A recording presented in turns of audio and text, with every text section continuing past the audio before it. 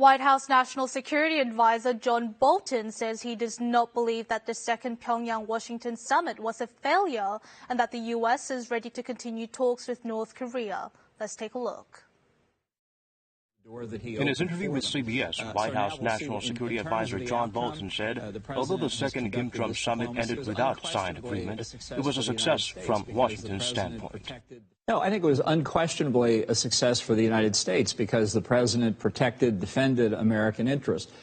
Bolton highlighted the salient point of the meeting was whether or not Pyongyang is ready to accept the so-called big deal by agreeing on complete denuclearization for the sake of its economic growth. The U.S. official pointed out that North Korean leader Kim Jong-un was unwilling to accept Trump's conditions for the big deal.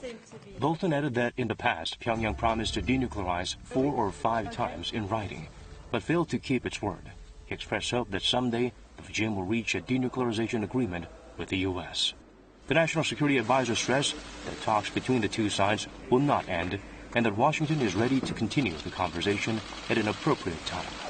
In an interview with Fox News, he mentioned that President Trump handed over 2 documents to Kim Jong-un, listing Washington's preconditions for the big deal, including denuclearization steps. The documents, drafted in Korean and in English, reportedly specify America's expectations and a promise of a bright future for Pyongyang's economy in return for denuclearization. Meanwhile, the New York Times wrote that the summit collapsed because the two leaders made bad bets by misunderstanding each other's expectations, hoping to gain concessions. The Wall Street Journal criticized that the talks were destined to hit a snag because the differences between the two sides on the terms of the deal were too wide.